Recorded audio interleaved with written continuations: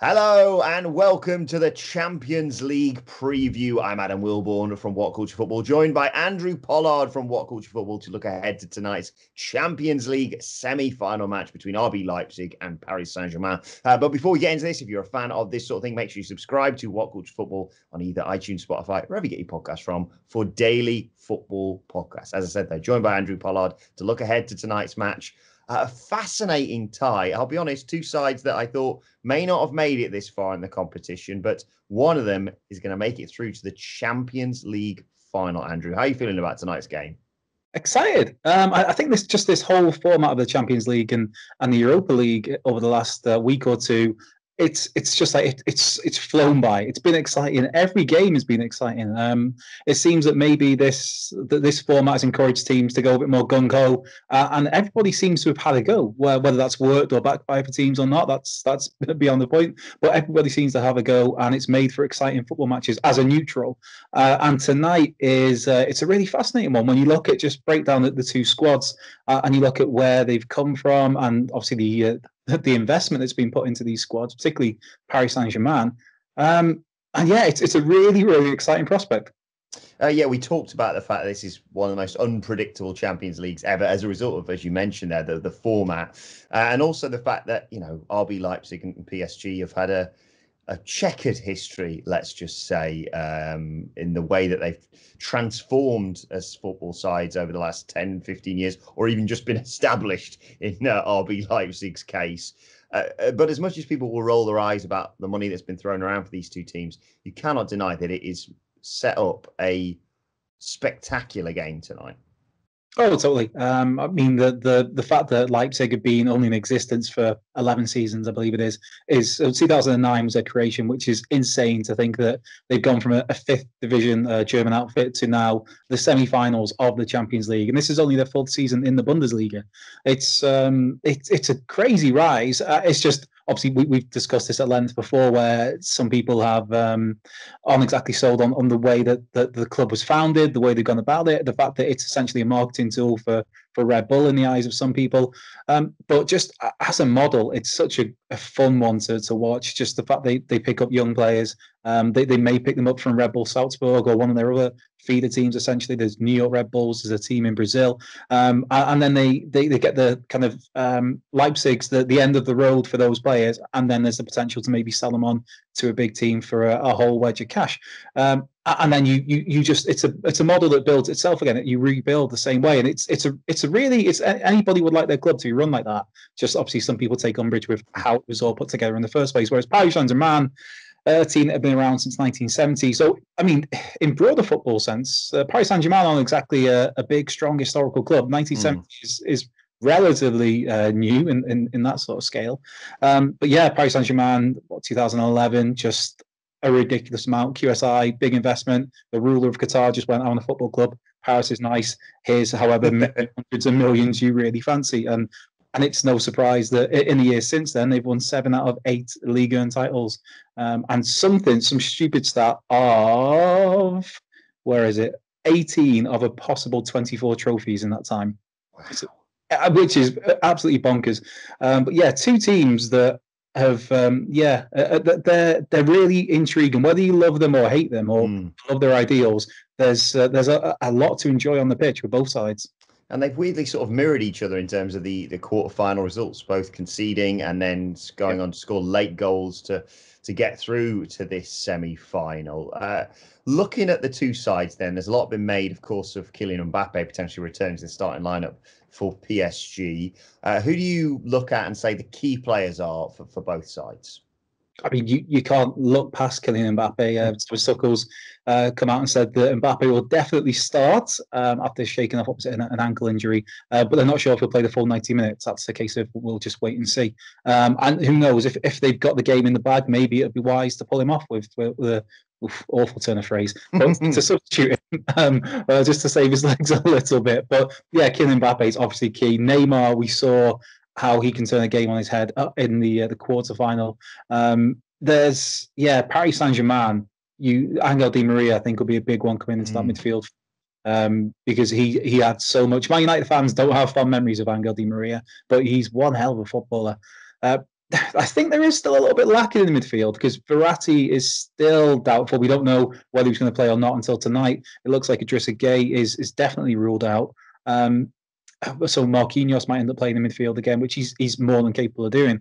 But yeah, I think the key ones for Paris Saint-Germain, it writes itself. It's Choupo-Moting. No, it's Mbappe and Neymar really for them. And I think that's where you look at the other side and you look at someone like Jacob Upamecano at centre half, Leipzig, and if him and Klosterman as well, can't forget Klosterman. If those two can kind of contain Mbappe and Neymar, then which makes it sound so easy, but that's half of your battle won. Yeah, exactly. I mean, I think we saw in the Atalanta game that the strength in depth that PSG have, as much as fans will roll their eyes and say a Stoke reject is the one who got them through to this semi-final. Upamecano, yeah, I think it's one thing containing Diego Costa, who is a git to look after, I've no doubt, in terms of being a striker, and then battling both Neymar and Mbappe, and as you said, the other forces of attack that can come from midfield or wherever. Di Maria, like you say, returning from suspension, is a huge player for them. But let's not forget, we kind of dismissed RB Leipzig in an attacking sense as a result of their loss of Timo Werner, of course. It'd be surreal if they get to a Champions League final with Timo Werner going, maybe I should have just signed after. It's also surreal, by the way, I should point out, if you're unaware of this, tonight is, of course, the first of the two Champions League semi-finals, but also tonight is the first qualifying round for the Champions League. Celtic have got a game, for example, tonight. But to get back to the point I was making, Dani Olmo, Yusuf Poulsen, not to be overlooked in terms of an attacking threat for Leipzig either. Yeah, I mean, Dani Olmo obviously popped up with a goal in the last game against Atletico, and then Yusuf Poulsen, he stretches defences. He might not have the quality of a Timo Werner, but he still puts a shift in. And I think that shone through in the win over Atletico, where there's a lot of spark about Leipzig when you watch them. They look positive. They look forward. They look to there's a great movement throughout the team. There's just this kind of verve about them when they've got the ball, where there's a fluidity.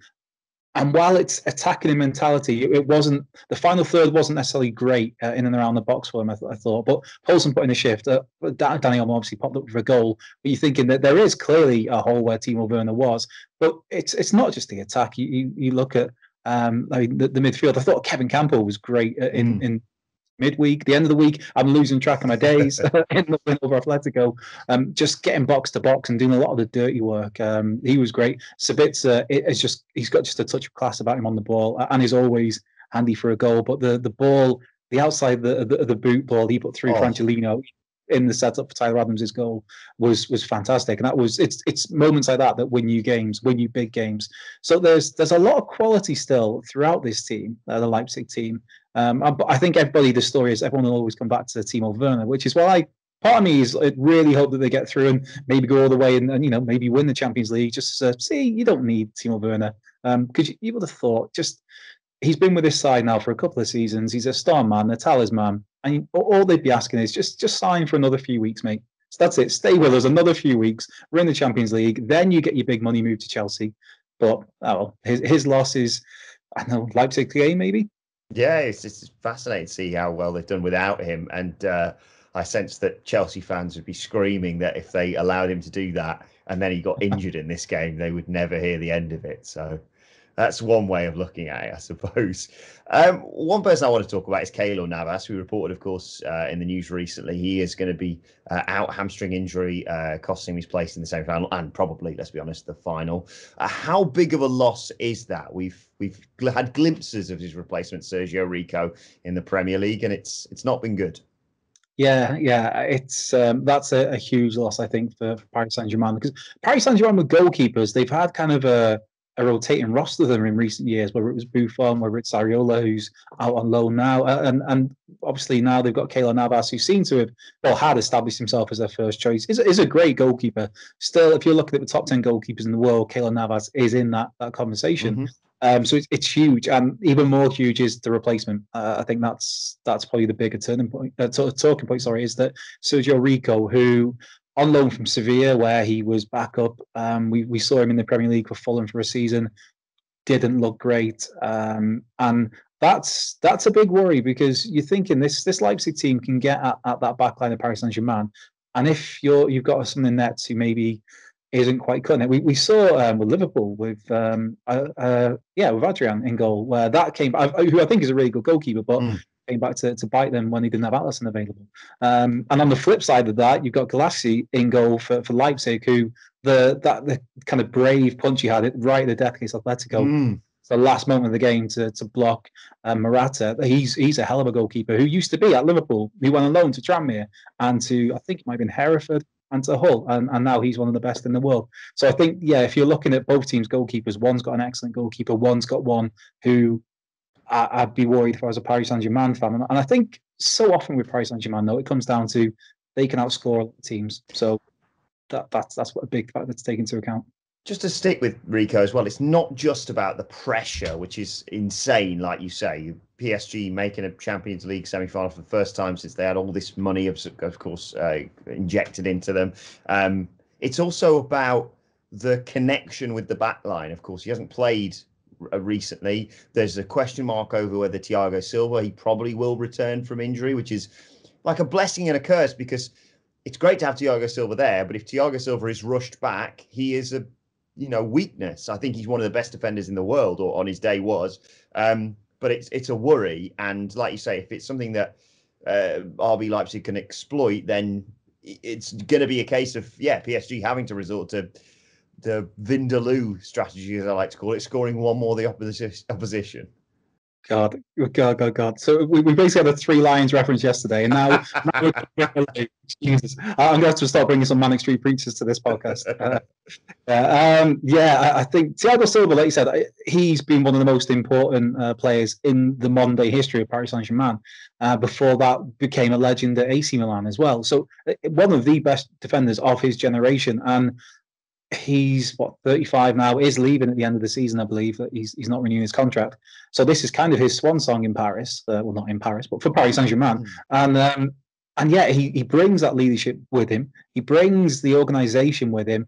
But I think, like you said there, if he's touch and go, would you risk him? Because if he's not quite at it, I think that Paris Saint-Germain they'll be got at by Leipzig. And you want a half-fit Thiago Silva, kind of trying, willing his best to do what he used to be able to do, but maybe not being able to do it. Yeah, I mean, you look at the odds, and they are heavily sort of stacked in PSG's favour. And I want to talk about the two sides and their chances and your prediction in a second. But I think too many people have kind of boiled this down to Leipzig defence, especially with Upamecano, as you mentioned, against PSG attack. But like you say, Leipzig are no slouch when it comes to going forward either. And they soaked up what Atletico Madrid had to throw at them. And yes, obviously the second goal took a huge deflection, possibly crucial deflection, but they put 2 goals past Jan Oblak in the quarterfinals. They are a threat. And like you say, with these question marks over PSG's defence, this could be a real high scoring game. Yeah. I expect goals. I think we've seen goals in so many of these games, these one-off European nights over the last week or two. And I think you look at this and you go into it and you can't see Paris Saint-Germain not scoring a couple. And likewise, you can see Leipzig happily chime in with a couple themselves. So I think that gets your excitement up more, gets your anticipation up more, and you'd like to think it'll be for a great spectacle. And then it's just a case of who can defend the best. And if I look at the two back lines, I think if you include the goalkeeper as part of that unit, I think Leipzig have the better defence. Then on the other side of that, obviously Paris Saint-Germain with Neymar and Mbappe have the better attacking side of things. But I think for me, the key player could be Kevin Campbell, who I mentioned before, just because of the importance he has in that team of just.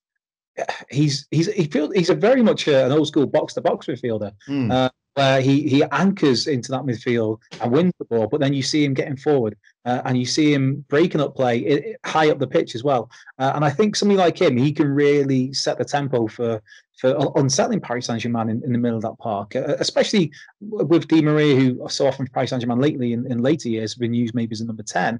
So maybe that's where he comes in and Kevin Campbell does that job on him, or just I just think he's a really pivotal presence for them. And I'll be intrigued to see if Tyler Adams gets a start this time out, because He looked really good when he came on, I thought. And I know the main reason that he got brought on against Atletico seemingly was a switch from Nagelsmann, so that Adams was there to nullify João Felix, who'd just come on. And this was just after Felix had scored. And it worked really well, but obviously he popped up with a goal. But I think he brings a lot of energy to that team as well. And I think that's where Leipzig can really get at Paris Saint-Germain is just with their energy in midfield, just kind of bullying that midfield. Could the crucial element be the strength in depth, perhaps, that PSG has? Yeah, that's one factor you've got to take into account, really. Whoever doesn't start from Paris Saint-Germain. I mean, we saw with Manchester United in the, again, whatever day it was, when they went out against Sevilla, about Ole Gunnar Solskjaer left it until the 85th, 86th, 87th minute to make a substitute because there wasn't really that much on the bench that would change a game. Paris Saint-Germain have changed the game in the last tie where they went through by bringing on substitutes. So even whoever's not in that starting 11, they'll have something like an Ander Herrera on the bench who is a great player in his own right. And I mean, he may start if Verratti isn't available. I think I'd probably be tempted to throw Herrera in just because he brings that energy. And he's a big game player, Herrera. He is, and he's one of those where he never shirks responsibility. He always, in the big games, he tends to shine, but he's always wanting the ball. Even when things aren't going well, he's wanting the ball. He's harassing the opposition. So I think Herrera, to me, I'd probably start him, but I don't know. Maybe he'll end up coming off the bench again. But yeah, Paris Saint-Germain clearly have the better, bigger, more expensive squad. Now there is a, how do I put this, French elephant in the room that we have to deal with. And that is something that Neymar has tried to sort of put to one side, certainly in the build towards the quarterfinal or in the aftermath of that quarterfinal, where they did an amazing comeback and broke mine and your hearts when it comes to our beloved Atalanta. But PSG, especially in recent years, you think about Barcelona in, 2017? You think about Manchester United last year. They are bottle jobs. They bottle it when it comes to the big games. They almost did that against Atalanta. Fair play, they brought it back. Although, as you pointed out with messages to me, whilst the game was going on, Atalanta were out on their feet for those final 10 minutes. And you sense, you sent a stat, I believe, even around about how much these games have taken out of people. In particular, the fact the regularity of certain teams compared to the sparse nature of, say, your Bayern Munich's or your RB Leipzig's recent games. But yeah, to get back to the central point, PSG, mentality-wise, have that thing where if Leipzig go 1 or 2 goals up, you can see heads start to drop. Yeah. I like how you just called it clearly. They're a bottle job. That's it. No holding back from Adam Wilbourn today. You'll get the Paris Saint-Germain fans will be on rampant in the YouTube comments. I'm not that, by the way. Chesterfield are crap. I know that, so I can say that. Yeah, I can't say much about Wrexham. So yeah, there is that. It's that monkey to get off the back for Paris Saint-Germain, where you feel like there's got to come to a point where they win that big one. I mean, in one way, it was the big one against Atalanta, especially because they came from behind to win that in such dramatic fashion. But they need that big win, that kind of tentpole win we can look back on in years to come of like, yeah, that was the one that kind of changed the European fortunes, rather than the moment we look back to, God, that Man United game last year was horrendous, or whoever, Barcelona, where these big games, especially some of the ones, well, both of those games there, where they were so in the driving seat and then just threw it away. Absolutely insane to watch. And they need to, if they're going to be this European superpower that they should be with the investment they've got, then and the players they've got, then they need to win the big one at some point. But I think it is this out of all the games that are left, I think this is the game where it's most important who gets that first goal. If it is Leipzig, you're gonna have the Paris Saint-Germain fans on social media are going to be getting itchy. You're going to have the fans watching at home going to be getting itchy. The players are going to be getting itchy. The management are going to be thinking, "Oh God, here we go again." And maybe they take heart from the nature of their win in the last round against Atalanta, where it was a proper. You could see what it meant to them at the end, just to get those 2 late goals in the 90th minute and the 93rd, I believe. And maybe that was getting the monkey off the back. Was that game where it looked like they conceded the early goal, they were going to go out. It was going to be another one of those years for Paris Saint-Germain in Europe, and maybe that was the big win they needed, and they'll go and get the job done against Leipzig in comfortable fashion. Maybe. I don't know. I think the pressure is going to be huge on them, and I think if they don't win the Champions League this year, I don't think they're ever going to win it, I have to say. I think the way the competition's going, I think weirdly the lack of, a game at home, I think may even play into PSG's hands, because you sense that nervousness going onto the pitch in certain games. And yes, PSG fans will say, well, certain decisions went against us. There was the VAR penalty given to Man United. There was I remember that Barcelona game when everyone was going crazy about it. I raised my eyebrows a little bit and said, they got a few decisions that kind of went their way a little bit. It was a sensational comeback, but yeah, I don't know. But let's move on. Let's look ahead to tonight's game. Leipzig, they were counted out against Atletico. They are not necessarily huge underdogs, but underdogs nonetheless against PSG. Can they do the impossible tonight? Can they make the Champions League final, or is your money on PSG, Andrew Pollard? I always come back to being this romantic where I always want the underdog to win, even if the underdog was created and made from scratch 11 years ago and as a Red Bull marketing tool. So, but I still, even that underdog, I'm going to go with them over Paris Saint-Germain. And I think it's going to be really interesting to see the two managers together, because these are guys who've been friends, Thomas Tuchel and Julian Nagelsmann. In fact, it was Augsburg reserves when Tuchel was in charge and Nagelsmann was there as a player in, I think, 2008. That was when his career was basically over with an injury. And Tuchel said to him, like, well, why don't you just come and be a scout for me? Be a scout for Augsburg's reserves. And then from there, went from a scout to a coach to a manager. So, and now he's only 33 and in a Champions League semi-final. So it's going to be really interesting to see how the two managers set up against each other, because they know each other very well. But I think I'm going to go with the old romantic dream and go with, which sounds weird given the club, I'm going to go with RB Leipzig. Well, I've not had the best track record. I haven't got a single prediction right in the Champions League since it returned. Still, I'm going to go with PSG. So congratulations to RB Leipzig on making the Champions League final. But let us know your thoughts, your predictions, and who you're going to be looking out for in the comments section below. Don't forget to like, share, and subscribe. And subscribe to WhatCulture Football on either iTunes, Spotify, or wherever you get your podcasts from for daily football podcasts when you're out and about on the go. We will be dealing with the fallout from this tomorrow, of course, with the news and looking ahead to the other Champions League semi-final. Good luck to Lyon. Bayern Munich probably on a bit of a high after thrashing Barcelona 8-2.